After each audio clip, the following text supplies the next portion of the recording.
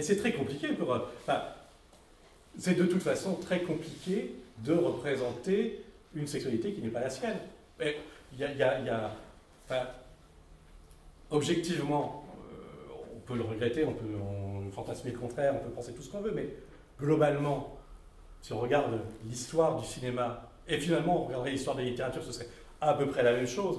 Les gens qui parlent d'homosexualité, globalement, à 90%, dans 90% des cas, sont des gens qui sont pas forcément sous un mode qui n'est pas un mode négatif, ou un mode caricatural, ou un mode tout ce qu'on veut. Mais quand les réalisateurs ou les auteurs qui parlent d'homosexualité et qui en parlent bien, ce sont ceux qui savent de quoi ils parlent.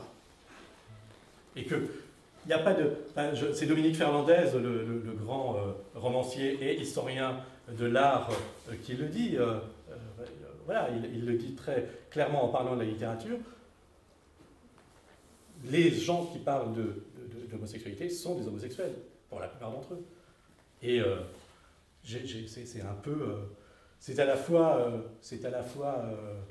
un peu dommage et tout à fait normal, naturel. Enfin, on parle de ce qu'on est quand on est un artiste, un auteur, on parle aussi de ce qu'on est, on parle de où on est et de ce qu'on connaît et de ce qu'on est capable d'imaginer. Ça ne veut pas dire que tous les réalisateurs gays ne parlent que d'homosexualité, mais enfin, pour s'y intéresser, pour faire un film autour de ce thème-là, il faut avoir une forme de motivation, parce qu'on sait qu'au final, il y aura une forme de... comment dire, de reconnaissance moindre. Parler d'homosexualité aujourd'hui, on est à peu près sûr que ce sera moins d'entrée dans les salles de cinéma. On est à peu près sûr que c'est une reconnaissance critique et professionnelle moindre. Il y a des exceptions, heureusement, et les derniers films d'Alain Guiraudy en sont la preuve. Mais quand même, très globalement, si on prend l'histoire du cinéma, c'est quand même ça.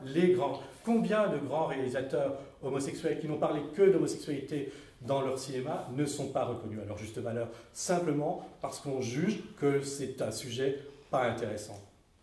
Moi, j'ai écrit un livre il y a quelques années sur un réalisateur anglais qui s'appelle Derek Jarman, qui a été un des grands réalisateurs anglais des années 70, 80, 90, qui est mort du sida en 94, qui a été un créateur de forme, un auteur vraiment majeur, un vrai génie baroque qui a bouleversé l'écriture cinématographique. Qui connaît Derek Jarman en France? Voilà. Et pourtant, c'est vraiment un cinéaste majeur, et c'est lié au fait que tout son cinéma tourne autour de la question homosexuelle.